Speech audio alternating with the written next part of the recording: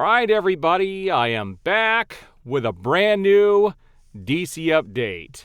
And boy, do we have an interesting update today. We've got a lot of information on the Superman film, which I think is safe that I can now call it Superman versus Godzilla. So we're going to look at some information that came out in regards to Superman this past week. We've got information on the trailer and a bunch of toys that are going to be coming out for Superman. And yes, there was a character that James Gunn initially said was not going to be a part of Superman, but in fact is part of Superman. And again, is another character that looks nothing like his counterpart. At least not from the photos that we have seen. It doesn't look like he can get any of the characters to look like the way the characters are supposed to look. Before we get into that, I do want you to know someone made a comment in my last video where I didn't have glasses on, and I had to let you guys know you are going to see me more in contacts, probably more often than not. I have some progressive glasses, and I don't know if you guys have noticed, but I've been kind of messing with them a lot in my videos. I don't like them. It messes with my vision. Wearing contacts, I can see like HD vision much better than I can with glasses, so I'm probably going to be switching over to contacts pretty much full time. So just be aware of that moving forward. All right, guys, let's get into these photos, these grabs that I've gotten since the last video. All right, the first thing I wanted to show you, I did a little bit of trolling in a previous video, and some people got on my case about that, said I shouldn't do it. And if you remember, one of the comments I made was about James Gunn, his dog, this, that, and the other. And he tends to do this a lot to garner sympathy from the audience. And these are all quotes that came directly from James Gunn. And these aren't the only ones, but these are the most well-known. He said, "Yes, I'm directing Superman Legacy to be released on July 11th, 2025. My brother Matt told me when saw the release date, he started to cry. I asked him why. He said, 'Dude, it's Dad's birthday. I hadn't realized.'" That's one quote. Another quote. "I was like, I think this is the saddest thing I've ever written on my entire life. It is really heartbreaking. I could feel in my bones how sad it was." And that has to do, I believe, with an upcoming episode of Creature Commandos, or it was something in Peacemaker Season 2, I don't remember. Another quote, "I just finishing editing the Fortress of Solitude scene, and it took me back to a Christmas morning a decade ago when my brother Sean and I were playing in the snow. I told Sean the story, and he replied, 'Christmas is only 68 days away.' It hit me then, along with the tears streaming down my face." Now, that one, I'm not sure if that's 100% true or not. I wasn't able to find that one. I do know the other two are. And the last quote, "Crypto arrived on screen in Superman this summer. Crypto was inspired by our dog Ozo, who we adopted shortly after I started writing Superman. Ozu, who came from a boarding situation in a backyard with 60 other dogs and never knew human beings." He said, "I add emotion to every announcement to get some sympathy." And it is very true that this is what he does. It's not on the merits of what he is creating. He's trying to get you to feel sorry for him so you will go see the stuff that he creates. Not a good way to run your business. Also, someone posted this about the day that Henry Cavill announced he was backed by Superman. And this is why I will never trust Warner Brothers ever again. DC Comics, the official DC Comics, wrote, "Welcome back." Jim Lee did clapping. You had Danny Garcia and co. So much to come with a heart. Facebook, "We missed you, Superman," with another heart. Instagram, Kal-El returns. IMAX, "Welcome back, Superman." IMDb, "Welcome back." Tony Daniel X, "Awesome news, Henry." And Boss Logic, "Welcome back, bro. Told people not to give up hope. Can't wait for the world to see what you have in store." People tried to say that David Zaslav had nothing to do with this. He did, guys, and if you believe he didn't, you are sadly mistaken. He was the face of Warner Brothers Discovery, and this was when Black Adam came out, and they did this just to sell tickets, to get as many people to go see Black Adam as possible. This was deception by the studio, because just a little while later, they rebooted and completely They got rid of him and brought in somebody else. This is dirty politics. This is what they did to the audience, and there is no reason why you can expect that those fans aren't going to be angry or upset when the new movie comes out. And this is a lot of what my channel is based off of. You cannot do this to your audience. You just can't. All right, this was something else. This was two people in my comments, and I thought this pretty much summed it up pretty well. Someone said, Batman vs. Superman made money. It sure didn't make the kind of money the studio wanted because their eyes were on Marvel's money. So with Marvel hitting the $1 billion mark, they were envious of this. DC is like the dog with the bone. Someone said it's hilarious, really sad actually, when you see that Avengers only made $600 million, and prior to that, Iron Man 1 and 2 made $300 million. Each and everything else at that time made less than $200 million. Warner Brothers doesn't understand the audience at all. People don't just pay to go see a big ensemble film. You have to tease them first with a bunch of solo films, each with one being a character study, and then people will come to see how they play together. So it's pretty crazy, and the point of this is that Batman vs. Superman made about $800 million, and in today's ticket sales, it made well over over $1 billion. And the studio just made horrible decisions. That's when things were good, when people were still interested, but they had knee-jerk reactions. And Warner Brothers is always trying to catch up to somebody else. They don't do their own thing. All right, guys, now this is getting into some Superman news, so if you don't want to be spoiled at all, these were the figures that McFarlane announced were going to be coming out in conjunction with the Superman movie. The first is DC Theatrical Deluxe 7-inch Wave 1 Superman with Krypto.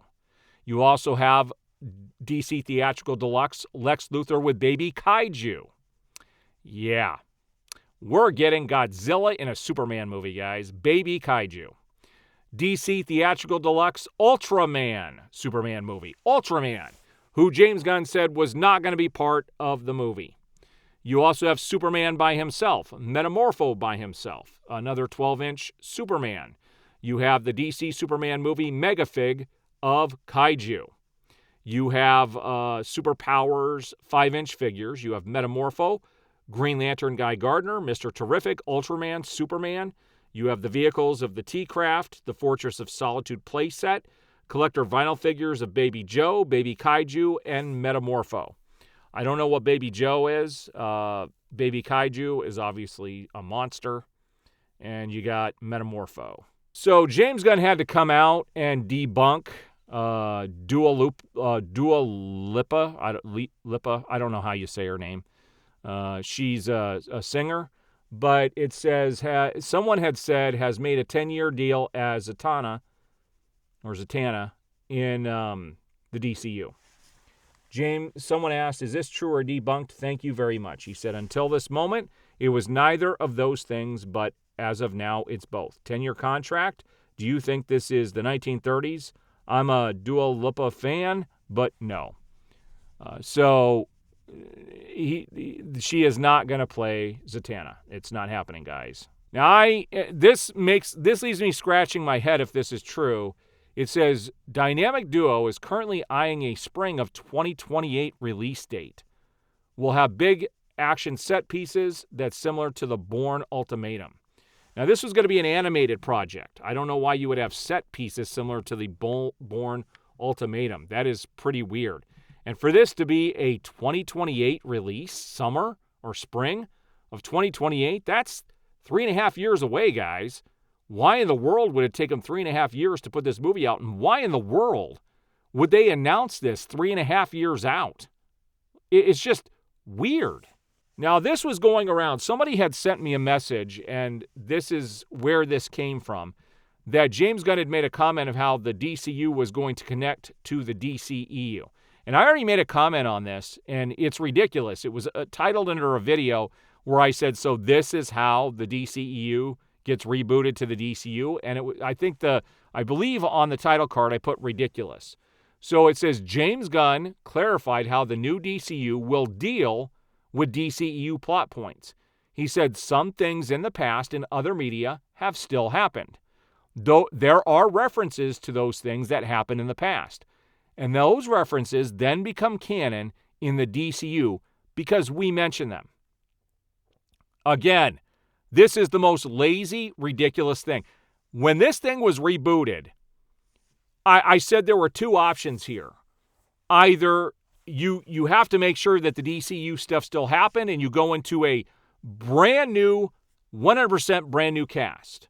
Or you just reboot the whole thing and start over. You can't pick and choose which characters you want to bring over from the DCU. But what did James Gunn do instead?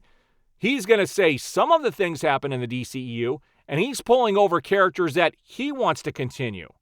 The people he wanted to work with, like Blue Beetle, like Peacemaker, probably some of the Suicide Squad characters, Waller, the people he wanted to come back over from the DCU. So screw everybody else who enjoyed these other characters. He's going to keep the people he wanted. So this again goes on to the whole toy listing. Ultraman is now confirmed to be one of the villains in James Gunn's Superman. If this movie couldn't be more jam-packed with characters, guys, and if you look at Ultraman on the left versus the way Ultraman looks in the comics, they look nothing alike. And some people are assuming that the very first photo that James Gunn released as a promotional photo that looked like there was this beam in the sky in the background and you had Superman getting dressed with battle-damaged suit, that is actually Ultraman instead of Superman. It's still a terrible way to reveal anything. And I made a joke that beam in the back made it look like Godzilla was going to be in it, and now we hear that there's going to be at least a baby kaiju in there. Like, what the heck? What the holy heck is going on? This movie sounds like it's going to be messy. Messy, messy, messy. Now, this is one of those things where I say the people at the top take care of the people at the top. Screw the little guys. James Gunn extends offer to help LeBron James dive back into comic books. LeBron James recently asked best place to order comic books from. Used to collect when I was younger, Batman being my fave. I can order and read from iPad, or best to do straight off the comic. To which James Gunn responded, I'll hook you up. I love it when rich people take care of rich people. It's just so good for the rest of us. Now, I thought this was an interesting take on this. It says Perry Cogan's Joker has even higher expectations now. Barry Keoghan, it's either Keegan or Cogan, only had a cameo in the Batman's ending, teasing what fans could see from his version of the Joker in a sequel. Now that Joker Folie à Deux proved itself a disappointment to most, the next live-action Joker has a major task ahead. I thought that Joker was disgusting. I don't want to see that person on screen, to be honest with you. That doesn't resemble the Joker. It's not a Joker that I thought was interesting. Again, that wasn't even the Joker in Joker Folie à Deux. So they got nothing to worry about. There's nothing to compare it to. And anybody who thought that River Phoenix or Joaquin Phoenix was a Joker to begin with, you clearly didn't see the first Joker film. He clearly was not the Joker in the Batman verse, especially when he went to go see, Bruce Wayne when Bruce Wayne was just a little kid. It couldn't have been the Joker. He'd be dead by the time he became, or he'd be in his 70s by the time he, Bruce Wayne became Batman. So it was never going to be the Joker. So here was the biggest news out of all of this, and this is coming from one individual.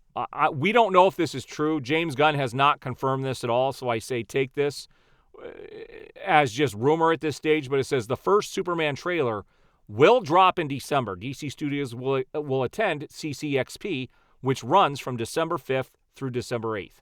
That's coming up quick, guys, here in about 6 weeks. So this could be a possibility, but nothing has been set in stone. Treat this as rumor at this stage. So it says James Gunn is currently working on the Superman trailer. Will we see it at CCXP this December? Someone asked, can we know the progress of the trailer? Is it already finished? James Gunn said, it's not. I worked on it this weekend. Now, the last thing I have to show you here, guys, is something that I don't believe is happening, but it's popping up in so many different places. I wanted to address this, but this is very much rumor, okay? And you can see at the bottom there's a bunch of places that are associated with this, like updates for DC, TSV, the Snyderverse. This is coming from the Snyder Vision on Twitter. And it says, it's official. Pamela Abdy and Mike DeLuca are in talks to get David Ayer's director's cut of Suicide Squad released. Despite all the haters who try to downplay this film, it's still a hot topic at Warner Brothers. I don't believe this, guys. And here's why I don't believe this. Number one, we're not hearing about this from anywhere. This originally came from Cinehouse. I could have shared this several videos ago, but I didn't. Because what I've learned is that Cinehouse likes to make a bunch of stuff up. And I have to be careful what I share from that account, because a lot of times it's stuff that they've just pulled out of thin air just to get people talking. And there hasn't been anything that shows that this is getting released. And the reason I don't believe that they will release Suicide Squad is because, first of all, you saw how awesome Batman vs. Superman, the extended cut was. And then we had the same situation, but 10 times worse, happen with Zack Snyder's Justice League. And his version was way better than the theatrical version. And what that shows is how stupid the studio was. That the executives have no idea what they're doing. And this would further show how awful the studio was and how they had no idea what they were doing. Because I guarantee you his version is going to be way better than the theatrical version. And I even enjoyed the theatrical version.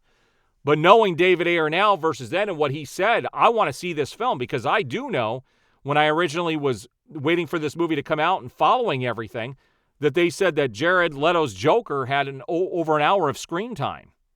And it was cut down to about 5 minutes, and Jared Leto was like pissed off. And I would be too. That guy put his heart and soul into that character, and the studio butchered it. And I don't know if it's because they were working, they were going to be doing the Joker movie with Todd Phillips, or if they had some other plan coming up, but there was no reason to cut his hour of screen time down to 5 minutes. None whatsoever. And so there was more Batman in the Ayer cut. There was definitely more Joker. So I hope this is true, but I haven't seen anything other than this post going around to indicate that this is actually happening. All right, guys, so there's another update with all the stuff happening. If you are not subscribed to my channel, please take the time to subscribe and hit that notification bell so you will be notified as I have new videos go up. And if you like the video, please hit that like button. It's very critical to like the videos. It shows the algorithm that they're okay to pass this video on to other people. So I do appreciate all the support that I have received. My channel continues to grow, and I couldn't do that without you guys, so I appreciate all of the support. We will see you on the next video.